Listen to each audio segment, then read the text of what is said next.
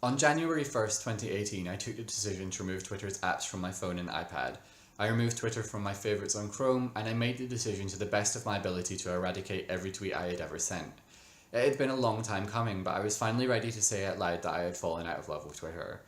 Prior to that point, I'd enjoyed engaging with it. I discovered some cool people, I'd made some pretty decent memories in it, even had the odd acknowledgement from a couple of celebrities, but none of this, in my mind, makes up for the flaws of the platform. Twitter allows for misinformation and hysteria to spread at an alarming rate without letting little things like established facts or reality interfere with the narratives being spun. An example of this is when a news organisation may post an amendment to an article they've previously published. It's not unreasonable to suggest that more people will have read the unamended version. Even when attention is drawn to a correction, the chances of many being alerted to this are low. Twitter's short character limit necessitates blunt, concise statements. This in turn leads to some users' statements being considered as harsh or abusive, especially if such tweets are in response to someone in the public eye. Sending one tweet that comes off as rather stinging is easier than eloquently writing out 5 or more polite tweets which will likely be ignored anyway. When people are corrected politely, they ignore it.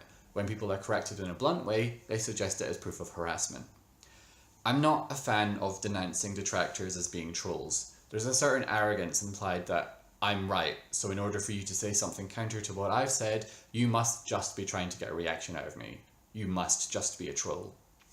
We constantly hear about the need to listen to a range of voices, but only voices within a certain parameter, it seems. People don't like to be snarkily dismissed, especially not by an MP or a journalist who preaches inclusivity and then dismisses legitimate criticism as harassment coming from angry people or losers or people living with their parents. Criticism does not equate to harassment. Not enough people seem to understand this. To be dismissive of people in this way legitimizes any anger that people may and clearly do have. For some reason, we condemn people for being angry without engaging with why they are angry. This is not a problem unique to Twitter, but Twitter more easily enables this problem. It's easy to dismiss a sentence on a screen, even though there can be real feelings behind it. Twitter used to be my place to rant. I wasn't in the business of direct and critique at individuals normally. My tweets tended to be more indirect. I was raised well, we tweet about people behind their backs. But even that, maybe that's not good for a person.